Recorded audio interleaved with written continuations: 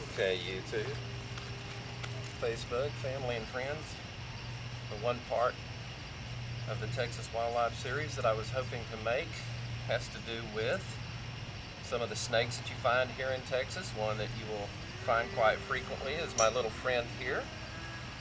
This is called Agkistrodon Piscivorus. It's also known as a water moccasin. And this particular one is a female. And she's been eating rather well, as you can tell. And she's a little bit hostile. Now granted, she's not as wild as some other snakes I've dealt with. But you can see she's not either, she's not just a pushover. And I'm just going to pull you back over here. I know you're probably not enjoying this, but I'm going to ask you just to chill for a minute. One of the things about a cottonmouth, you have to be very careful. They're not extremely aggressive, but as you notice, they will strike. This yellow stuff here on my pelstrums is actually venom, where she has envenomated my tongs. And I have no doubt that she could really mess up your day if you tried to make her a pet or something. So it's not something that I recommend. But again, I grew up out in the country. These things were everywhere, you know, so what I found best is if you walk the other direction, there's no harm to you, no harm to them. And that's certainly better than spending time in a hospital getting injected with crofab to the tune of about $400,000, which is what about the average cost of a snake bite costs these days. And that's only if you don't die en route. One of the reasons I'm not quite so afraid to do this, water moccasin is certainly not the most poisonous snake there ever was. On the other hand, they do inject a lot of venom, and it is a very nasty venom itself, and it can cause extreme pain, and it can cause a great deal of necrosis, and it can cause all sorts of really, really bad things to happen inside your body. Now you'll notice that she's flattened out right now. She's trying to make herself look just as wide as she can. You probably saw her earlier. Look at the tail. See the tail going? She's imitating a rattlesnake right there. She's going to get that tail going. Let me know that she's there. A lot of times you'll notice on the water moccasin the end of the tail is yellow. Come back here. No one told you to go anywhere. Get back over here. Yeah, what it looks like. Feisty girl. Feisty. You got a rattlesnake? No. It's water moccasin. Water moccasin. Yeah.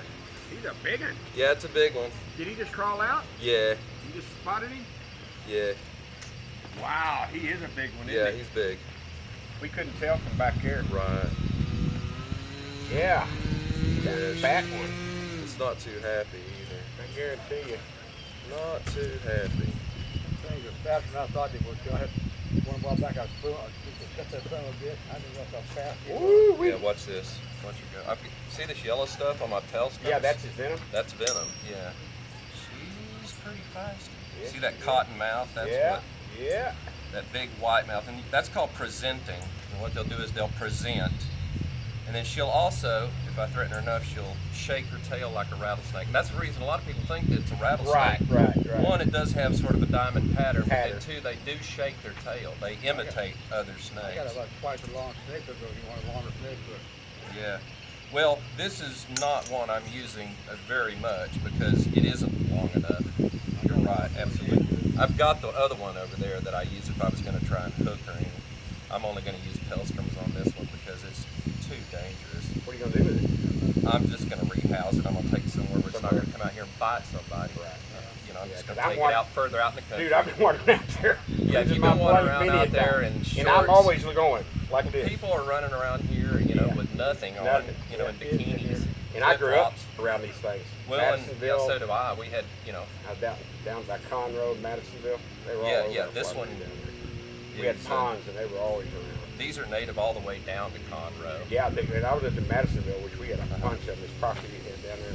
Have you been to Conroe lately? I haven't been down there in 30 years. I was there yesterday. I have not been down there in 30 years. Houston. It's has all the way to grown Conroe? All the way past Conroe into Dallas. See, I It's moved when I one was big city from 12 Dallas. when I moved to Dallas. Right. And we were down there for about 11 years. Yeah, I moved from Houston in Cattle business, 69 my dad up was in. here. Yeah, I moved in 62 or 63. But they were around all over the place. Yeah, she is not. Where you gonna take him to? We've got some old property out in the country that we used to, manage, and there's 5 ponds out there, and I'm just gonna take it to one of those ponds. The sun's getting to her, kind of settle down, huh? Yeah. Well, she'll settle down really quickly as soon as she doesn't feel threatened. Right. They're really not very aggressive. This is the least aggressive of all snakes. I've seen people stand on top of I them. stepped on one once when I was a It's kid. My not grandfather and I were at Corsicana going to the lake with this stuff, and I walked by and I remember hitting my foot, took off. Right.